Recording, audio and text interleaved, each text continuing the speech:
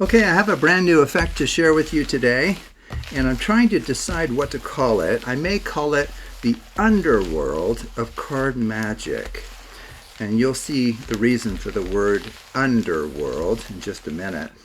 Okay, I'm going to assume I have, sorry about that, two spectators, spectator A and spectator B over here. And what we do first is we have each of them randomly choose a card for themselves. Now, they don't show that card to the other spectator, nor to me, the performer. They are the only ones that see their individual cards, okay? So what you do is just rip and spread the cards, have spectator A randomly choose a card. So why don't we go ahead and just assume for the demonstration that spectator A chose the Queen of Hearts. It'll just make it easier for us to keep track of two cards here. And then turn to spectator B and randomly choose a card. Let's say it's the King of Hearts, okay? And then from there, all we need, so I'll set these down. We know what those are, Queen and King of Hearts, right? And then we need 9 random cards selected. Spectator can choose these, 3, 4, 5, 6, 7, 8, 9. Okay, very good.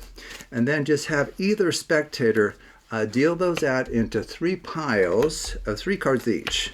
Okay, just like this.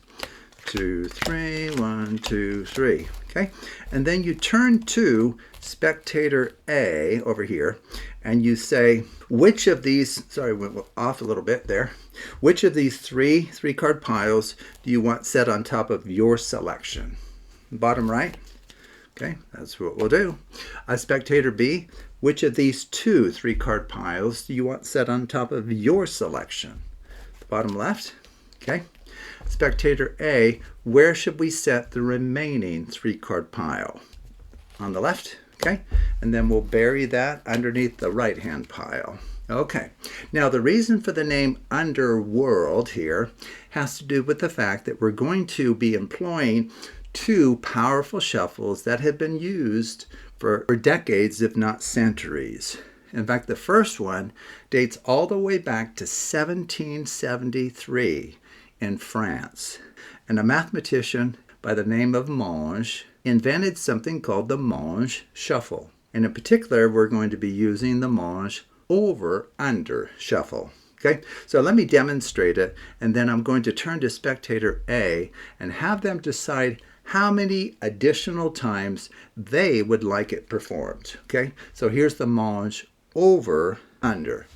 You push the top card into your other hand. The next one goes over, under, over, under, over, under. And you just continue doing that until all the cards are moved from one hand to another. Now, spectator A, this is a free choice. How many more of those would you like me to perform? I'll do whatever you ask. 2 more times, and you'll be happy? Okay. Okay, so we'll do it, see, 1 more time here. And then you said 2 more times, so here's the second. Okay, very good. So you're sure you're happy with the number of Monge shuffles?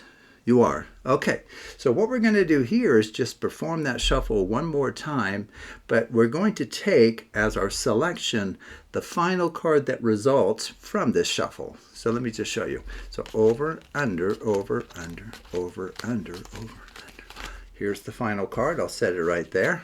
Okay, with spectator B, you haven't done too much yet, and it's because in some ways you have the most important job, because we haven't even introduced yet the second important shuffle for today, which is the down-under shuffle. Okay, now before we get there, I need you to decide how many Monge over-unders to perform on this smaller packet here. You want twice as well? 2 times? Okay, that's fine. So over, under, over, under, over, under, over, under, over. And then I think you said twice. Okay, very good. Okay. Are you sure about just 2 times? Or would you like it done a 3rd time? It really is your choice. You're happy with just 2. Okay. So I believe I showed it once in demonstration. And spectator A asked for 2 additional ones. So the 11-card packet was mixed 3 times, just to point that out. And then you've chosen to have this 10-card packet Monge shuffled twice, but it is a free choice.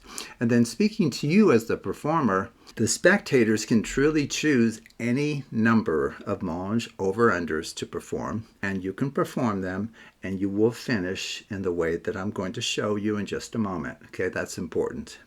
Okay, so now that spectator B is happy with their Monge mixing, what we're going to do is finish with the down-under shuffle. Okay?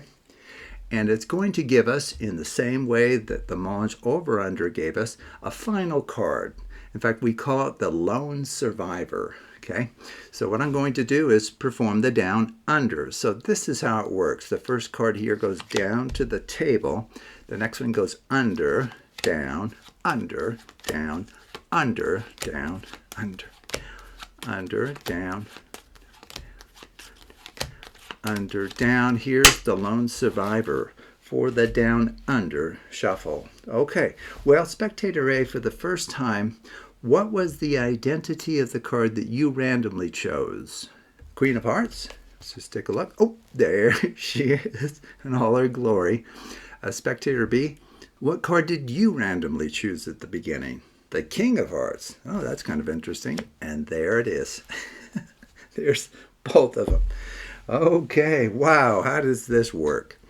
Okay, so for an 11-card packet, which is what we started with, the Monge over-under has two fixed points. The 4th card and the 11th, which is the bottom card of the packet. Okay, so if you notice what I did with the spectators' cards in the middle, I built 2 3-card piles and then a 3-card pile up here. Because of how the stacking was freely done by the spectators, one spectator's selection, I believe it's spectator B, was put in the 4th position from the top. And for spectator A, their card was in the 11th position, the bottom position. Okay, so the only thing you need to be aware of as the performer, you need to be aware of which spectator has their card at the very bottom. If you go back to the stacking that I did, all of that stacking was freely done by each of them. The only stacking that was decided by me was the final setting of the remaining 2nd pile on top of where spectator A, I believe, decided to put the final 3-card pile. And if you remember, I just said, okay, well, let's just bury your packet underneath the rest of the cards. Well, that puts spectator B's card in the 4th position from the top, and it puts spectator A's card in the bottom position. Now, since the Monge over-under has these as fixed points, it means they don't go anywhere, regardless of how many times you perform the over-under. And so, to reveal spectator A's card, or in other words, the bottom card of the 11-card packet, you just perform the Monge over-under one more time, but then set down that final card, which is going to be the 11th card. In other words, spectator A's card. Now, if we go to a 10-card packet, spectator B's card is already in the 4th position. It stays there. It ends up that the Monge over-under has one fixed point, namely the 4th position or the 4th card. So spectator B is truly free to have as many over-unders performed as they like. Their card will stay in the 4th position.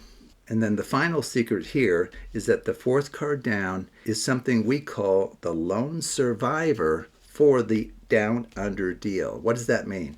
If you perform the down-under deal on a packet of 10 cards, the 4th card will be that final card at the very end of the down-under sequence, which is exactly spectator B's card. Okay, well anyway, that's the mathematical explanation and secret for it. But as is, it will work for you every time. So thank you for watching, and take a look at other videos on the Absolute Math Magic channel.